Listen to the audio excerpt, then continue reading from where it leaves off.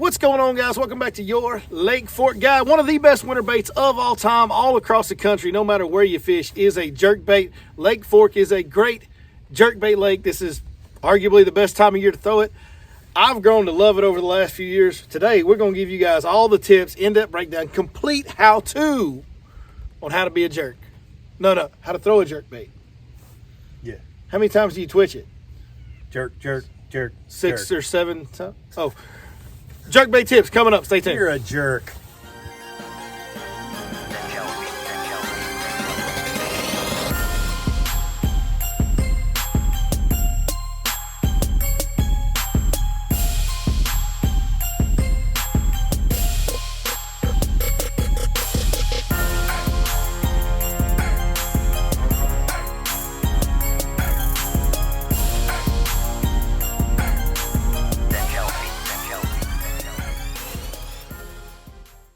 Well, like I just said, it don't matter where you are, when you were. If there was a jerkbait invented by then, you probably should have been throwing one. It is it's one of the best bass fishing baits ever invented. You know Always what I mean, Mike? Always been.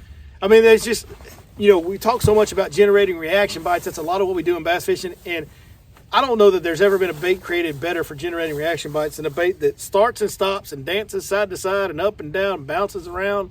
And you can leave it in their face for long. You can do so much with it. Man, it's just endless, the possibilities of how to catch a fish on a jerkbait, really. It's amazing. I mean, it goes really all the way back to the Rapala minnow. We called it a Rapala minnow, but that was a jerkbait. Yeah, and the old shad wraps and all that. Yeah, jerkbait. Yep. So, man, they're great. Fork is kind of turned into, it's a year-round jerkbait lake. I mean, Brandon Cobb won a tournament here in like April on it, or something like this, like April or early May. Patrick Walters won a tournament here in November on it. Yep. And we all know it works in the pre-spawn and throughout winter. And like now, if somebody just come in here and win a tournament like July, it'd just be year-round jerkbait lake. Year-round. But I think that speaks to how effective a jerkbait is, and just it doesn't matter. Like that action that the jerkbait has, start, stop, side to side, varying the cadence, varying all that is arguably the best way to trigger reaction bites and bass. And I think that says a lot about it there.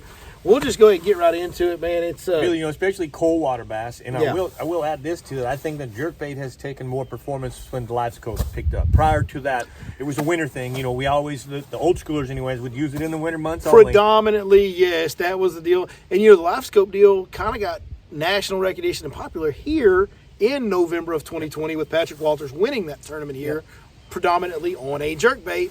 But before that, before scope, Brandon Cobb was winning in late spring.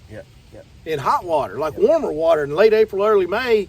He won that deal on a jerkbait that year. And man, like that opened my eyes. I'll be honest with you, that Brandon Cobb tournament opened my eyes to the variety of possibilities of how effective.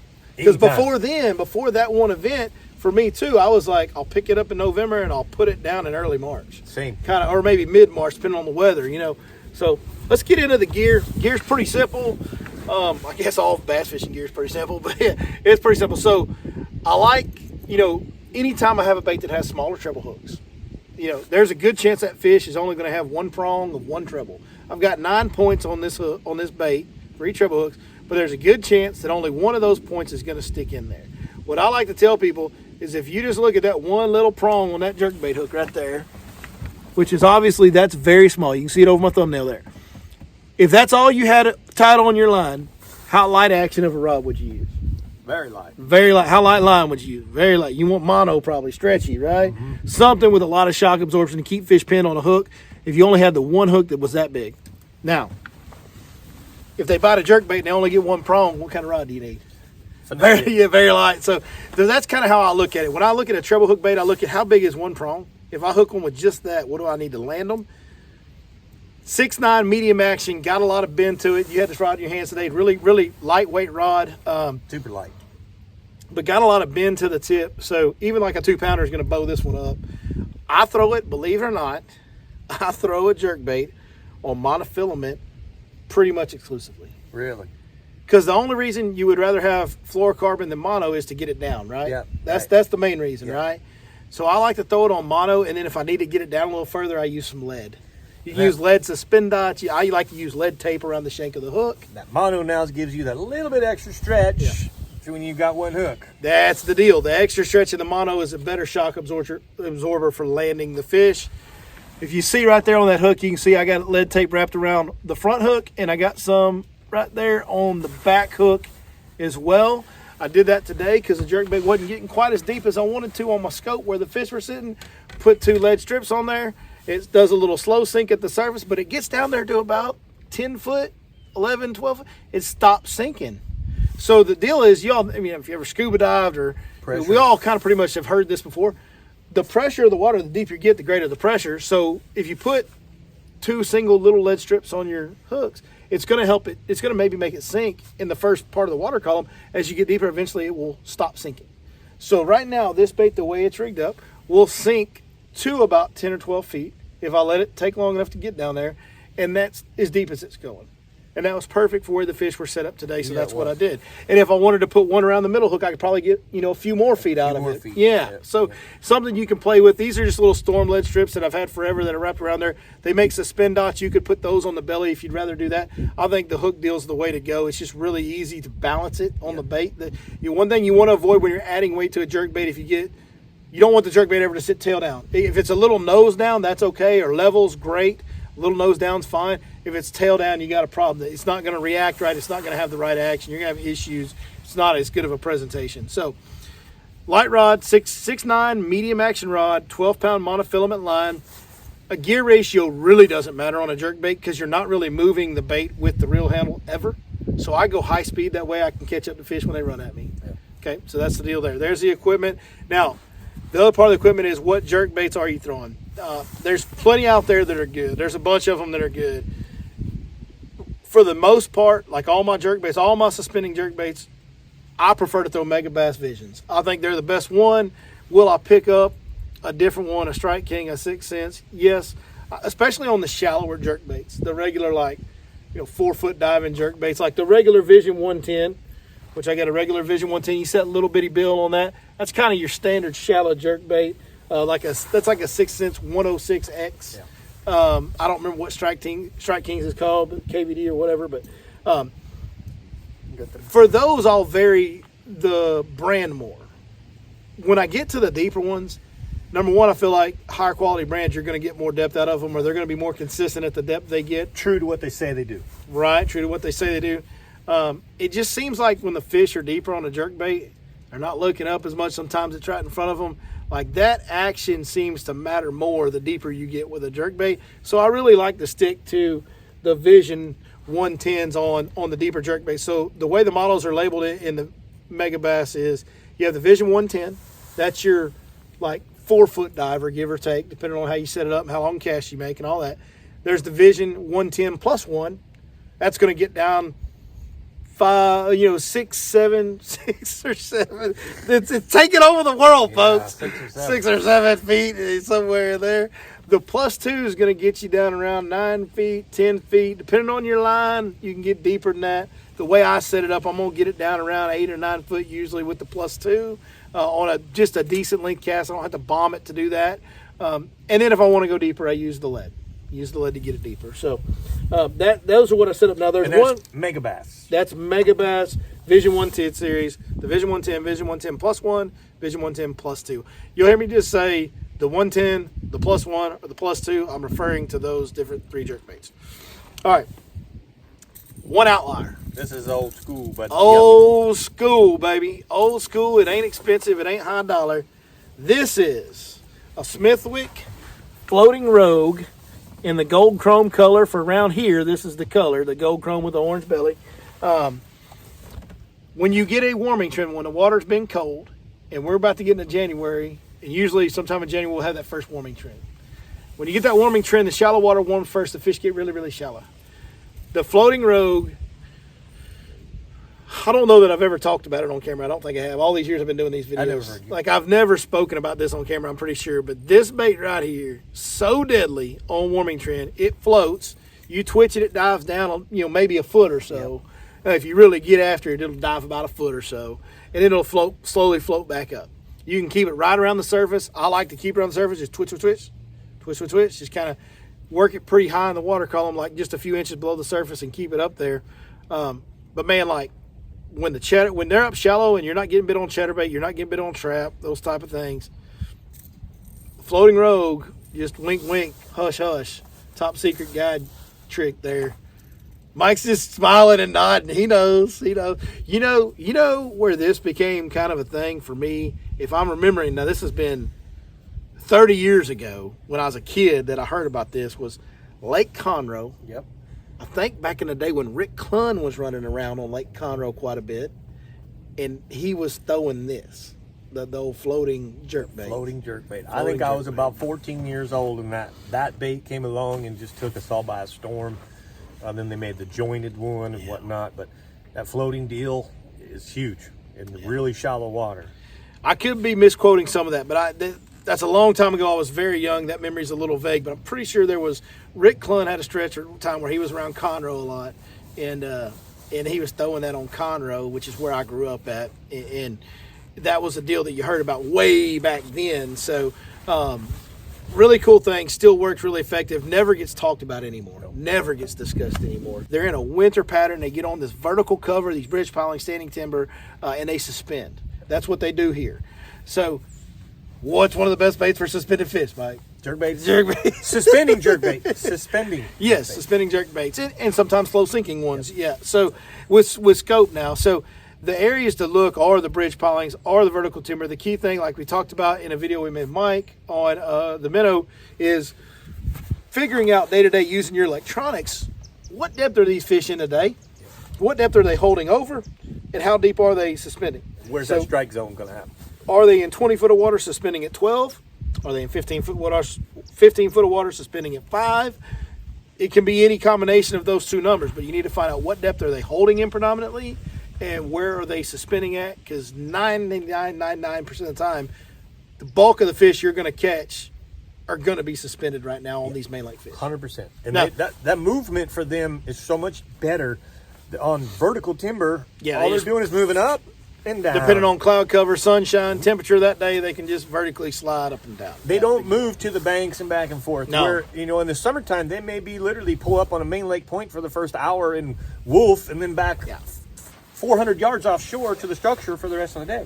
They don't do that this time of year. Side note here, if you have live scope on your boat and you're not really great at it, this is probably the best scenario to learn how to live scope, because the fish sit still and get target oriented, where that fish, like we saw it a bunch today, where that fish will follow your bait off of a bridge piling, follow your bait off of a tree, and when he gets off your bait, he goes back to that back piling. to the same spot. So he stays on a target. That makes it so much easier for you guys to learn how to catch fish on scope, because you have a target that fish is going back to, and you don't have to chase him and wander around following the fish. Right. You can he's going back to that tree. I'll just put my scope back on that tree. There he is. I'll throw at him again. That is so much of an easier way to learn how to get fish to bite on scope. It gives you a chance to cycle through baits too, so you can see where they move. You get to throw an Alabama rig, you get to throw a jerkbait, you get to throw a minute, you get to throw the 3 or 4 different things, even a glide bait or whatever, swim bait, and you get to work that fish. To whereas the rest of the time, man, you may get one cast and they're off and gone. You got to find a new fish. You're not learning as much. So this is just a little side note in this video, but if you want to learn how to scope or you want to get better, improve at it, right now is that window. Like, this is the best time to get out and do it. So take advantage of that. How to fish a jerkbait. First thing I will say, I'm a proponent of tying a loop knot. Yes. Giving that bait a little more room to wander around. No doubt. I don't want to get into a loop knot tutorial. You could look up loop knot tutorials all over YouTube. I'm pretty sure we've done one at one time. But what you can see here, hopefully this will show up on camera. I'll bring it over there close. You'll be able to see this, is my knot is away from the eye of the hook, and there's actually a loop that bait can swing freely around in while I'm twitching it. It gives it more wider erratic action. Much more. Yeah. It adds to that deal right there. That big time difference. Yeah. You can do it with walking top water and it's easier to walk, but you get a lot more swag out of that. Yeah. Swag, baby. You got that swag. So that got that swag. That loop knot is something used in fly fishing a lot too. They tie it to a loop knot on the fly. It allows just the head of that fly to just be more free. I mean, a loop knot's actually really easy to tie. I'll do just a quick explanation. Very easy to tie. What you do, you put an overhand knot in your line. You take your tagging coming out of that overhead knot, put it through the eye of your hook, put it through the eye of your bait. Okay, swing that back up, You wrap your tag in back through your overhand knot 4 times, cinch it down. Done. What you want to do is manage that to make sure you don't get too big or too small of a loop around it. You want about an inch, 3/4 of an inch, somewhere in there is about how big you want your loop to be that your eye is sitting in. Make sense? It does. Okay. And it's very simple one. If you happen to tube, just for shits and giggles, it shows with you. There's a knot called a king sling. It's for the ocean. If you happen to be, on a lake like Fork, where the lighter line and the smaller application sometimes cannot be appropriate. So maybe you're on Fork and you're into some 7, 8, 9, 10 pound bass. And 6 or 7 pounders. 6 or 7 pounders on a regular basis. If you're wanting to heavy, go heavy duty, maybe you're even fishing for another species, pike or something like that. Instead of a loop knot, look up the king sling just to give you guys more information. Google king sling. Just a stronger loop knot? It's a much stronger, okay. A lot harder to tie. The loop knot's so easy. That's why we use it. Yeah. It's quick, it's easy. King sling takes a little bit of technique, but when you do it, you'll see that it is a power knot. So it'd be like the difference in using a Palomar versus why do we go to the San Diego jam knot. So Billy, you've done a really good job teaching us about these baits and things. And what I've noticed is most of your choice on jerk baits is shad color oriented. You're looking for offshore, you're with the baits, you're with the shad, you're with the bass. But all of a sudden you take me to this backwaters and instantly you change color. Why? So, I think that's just a South thing, like the oranges and the reds in the pre-spawn. And so when we're going to get those warming trends and those fish are going to move shallow, those are pre-spawn fish that are doing that. Right. Those are the early movers are the one that are going there. So that's kind of where the idea for it started. Also, trigger color. Just to be honest with you, like the rumors I heard back in the day of Rick Klein or whatever, it was gold chrome. Gold chrome rogue was just what everybody talked about. So you pick it up and then you get bit on it and then you got confidence. Why change? Yeah. But in that dirtier water, 100% that orange belly is a big deal. Like that orange belly is a big deal in that dirtier water. It's going to show up. That pre-spawn color pattern that works is those reds and oranges. And then gold chrome is just kind of I don't know, man. It just doesn't get used a lot. It doesn't get talked about as much, but man, it works. So I think it has a lot of flash. Yeah, I've got a lot of. It's like a dirty shad, in that dirty water kind of deal. And the shad aren't generally up in there. That's why I asked that. Why are we? But you're not. There's not orange goldfish up there. They're not. What I mean. So it's still a principle of. You said what I would say.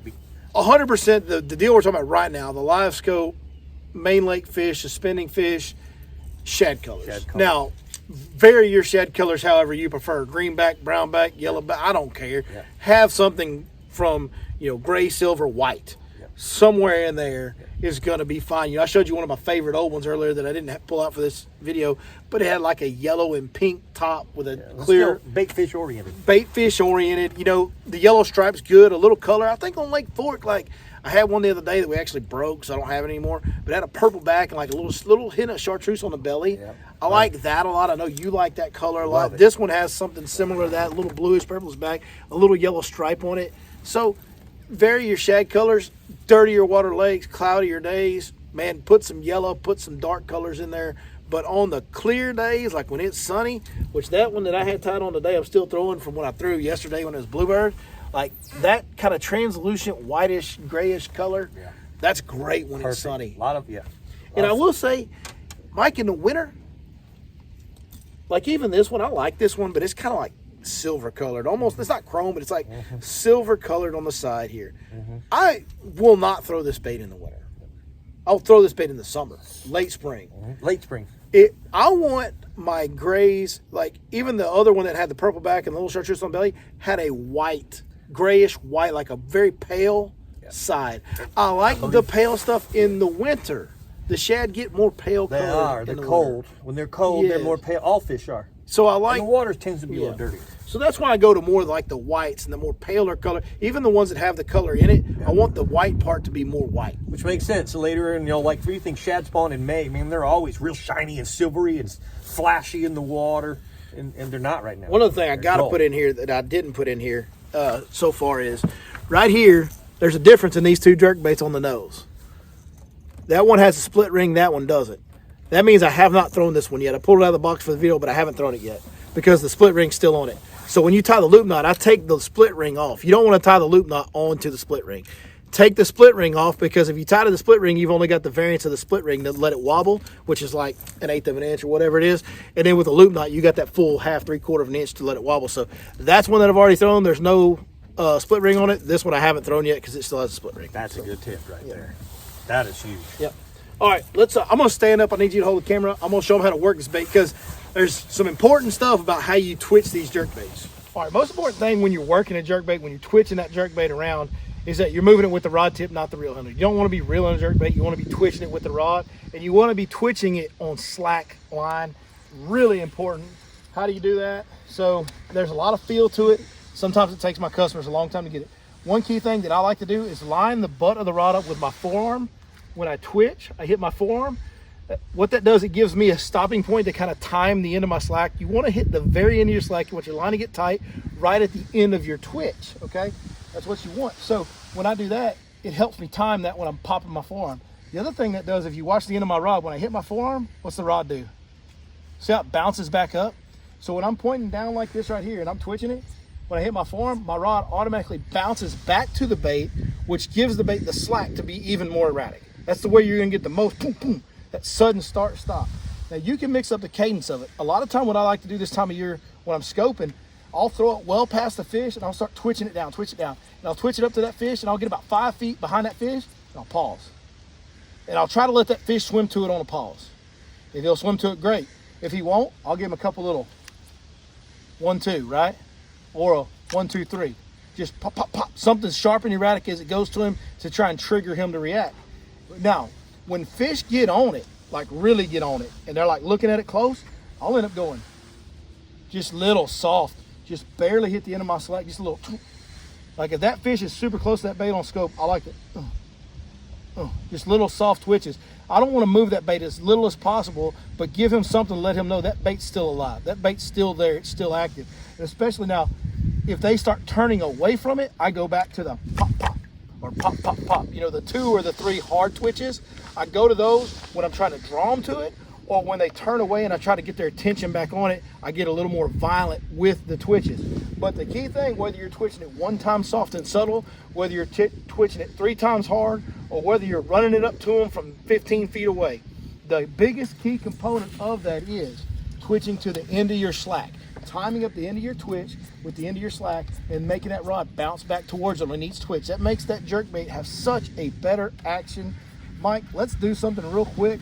I'm gonna try and get it right here by the boat, just at the surface, and we're gonna point that camera at the jerkbait, see if we can show them what we're talking about.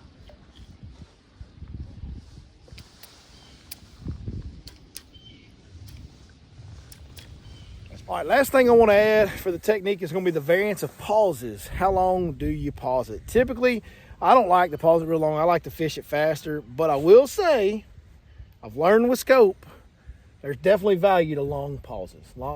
In fact, last week's video, we'll roll that clip over. I had a fish that I caught at the end on a jerkbait. There was a 15-second pause, followed by an 11-second pause. Wow. And then the fish bit. Patient. 15 seconds, and you'll see in that video as you're watching it overlay. It's a long time to wait to get a bite, man. Like, that's a long, you know, I remember guys talking about sometimes you got to pause it as long as 7 seconds. And like, that was a long, like probably said 6 or 7, but 7 seconds was like the longest pause people were recommending back in the day when I was learning about jerkbaits a long time ago. And man, what I've learned with scope is if that fish is sitting right there on it and it's calm and your boat position's holding good, let it sit. Let it sit. If he's tight to it, let it sit. Now, he starts to move off, you got to get his attention. But man, let it sit 15 seconds. That's a long pause. I think of it like a cat. You know, you got a little string and the cat's tail's going, but the cat hasn't attacked yet. And you just keep going. You're just patient, and then finally, the cat strikes. Yeah. So as long as that bass is keyed in on the bait there with the live scope, you can pause, believe it or not, longer than even 15 seconds. Longer than even 15. So, yeah, the good thing with scope is now we can learn a lot about that and read them and see that. So, really important waiting on them on the pause. So, all right, there it is, guys. I would say the overall suggestion for how fast you need to twitch it is vary it until you get bit, and then probably need to copy that. Yeah, absolutely. And that's the key is find the bite, pattern the bite, and replicate the bite. That's it.